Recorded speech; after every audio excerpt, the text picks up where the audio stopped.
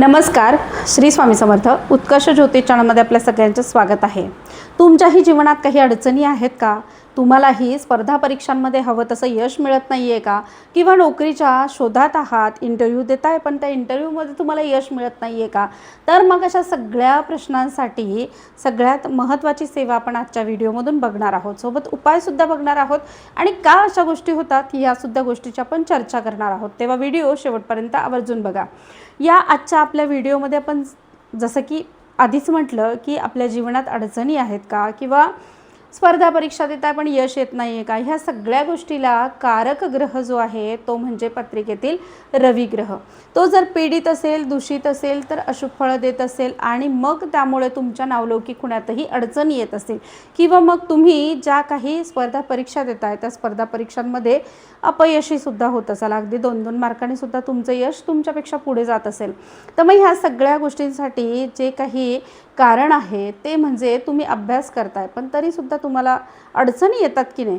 मग ह्या सगळ्या अडचणींवर मात करण्यासाठी उपाय केला जातो, तो म्हणजेच सूर्याची उपासना सांगितली जाते. मग ही सूर्याची उपासना करताना कशा प्रकारे केली पाहिजे, सूर्याची उपासना करताना काय करावं जेणेकरून आपल्याला या सगळ्या गोष्टींवर मात करता येईल आणि आपल्या ज्या काही मनोकामना आहेत, आपल्या ज्या काही इच्छित संकल्पना आहेत त्या पूर्णत्वास येतील. तर या इच्छित संकल्पना पूर्णत्वात येण्यासाठी जी काही आपण सेवा करणार आहोत ती सेवा करताना सगळ्यात महत्त्वाची गोष्ट म्हणजे आपल्याला सूर्याची उपासना करायची आहे. मग ही सूर्याची उपासना करताना कशा पद्धतीने आपण सूर्याची उपासना करावी हे सुद्धा खूप महत्त्वाचं आहे. सूर्याची उपासना करताना सगळ्यात महत्त्वाची गोष्ट जर काय असेल तर ती म्हणजे सकाळी लवकर उठणं. असं म्हणतात ना, लवकर निजे लवकर उठे तया आरोग्य ज्ञान संपत्ती लाभे. आणि म्हणूनच या उक्तीप्रमाणे आपल्या पूर्वजांनी जसं म्हटलेलं आहे त्या पद्धतीने त्या उक्तीप्रमाणे सकाळी लवकर उठून सूर्याला अर्घ्य द्यायचं आहे.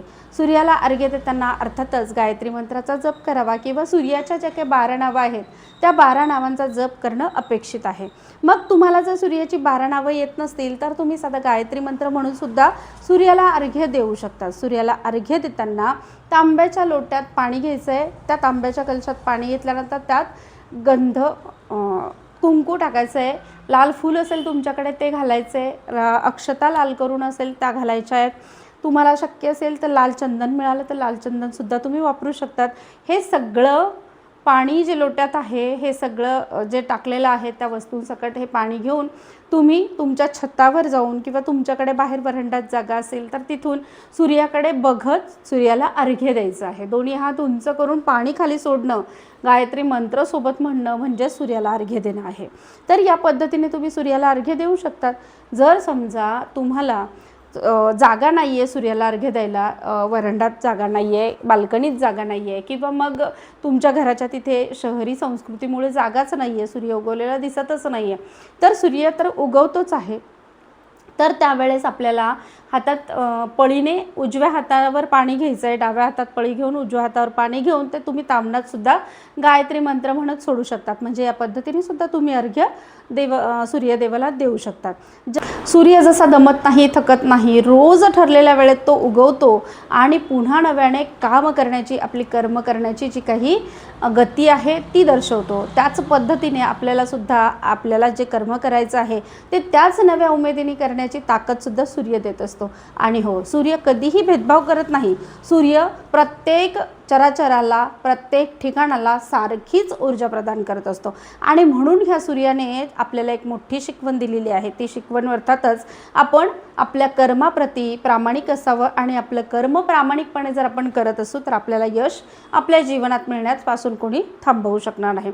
म्हणून सूर्याला अर्घ्य देणं अत्यंत महत्त्वाचं आहे. त्यासोबत अजून एक म्हणजे आपण सूर्याला जसं की म्हटलं 12 नावं घेऊन तुम्ही अर्घ्य देऊ शकतात. तर त्याऐवजी त्यासोबतच तुम्ही जर सूर्याची ही 12 नावं घेऊन सूर्य उपासना अंतर्गत सूर्य उपासनेअंतर्गत जर तुम्ही सूर्य नमस्कार करत असाल तर तुम्हाला उत्तम आरोग्याची सुद्धा प्राप्ती होते. म्हणजेच सूर्याच्या उपासनेने तुम्हाला एकतर प्रखर बुद्धिमत्तेची प्राप्ती होणार आहे, त्याचबरोबर तुम्हाला प्राप्ती होणार आहे उत्तम आरोग्याची. तर अशा पद्धतीने तुम्ही सूर्याची उपासना करावी. सूर्याच्या उपासनेअंतर्गत तुम्हाला जर तुमच्या बुद्धीला उत्तम असं तेज हवं आहे आणि मग त्यासाठी तुम्ही उपासना करताय तर त्यासाठी सुद्धा महत्त्वाची गोष्ट म्हणजे तुम्ही रोज सकाळी उगवत्या सूर्याची सूर्याच्या साक्षीने देवघरात जवळ बसून देवाजवळ बसून गायत्री मंत्राचा जप करू शकतात। साधारणपणे 20 मिनिटं जरी तुम्ही गायत्री मंत्राचा जप केला तर तुमच्या बुद्धीला एक प्रकारचं तेज येईल, बुद्धीला चकाकी येईल। तुम्ही जे काही करताय ते साध्य करण्यासाठी तुम्हाला तुमच्या जीवनात या उपासनेची नक्की मदत होईल। तर मग अशा पद्धतीने आजच्या व्हिडिओमधून आपण जाणून घेतलं सूर्याची उपासना कशी करावी, सूर्याची उपासना केल्याने कुठले लाभ होतात, त्याचबरोबर सूर्याला अर्घ्य कसं द्यावं, सूर्याला अर्घ्य देताना नक्की काय म्हणावं, या सगळ्या गोष्टींची माहिती आपण आजच्या व्हिडिओमधून जाणून घेतली।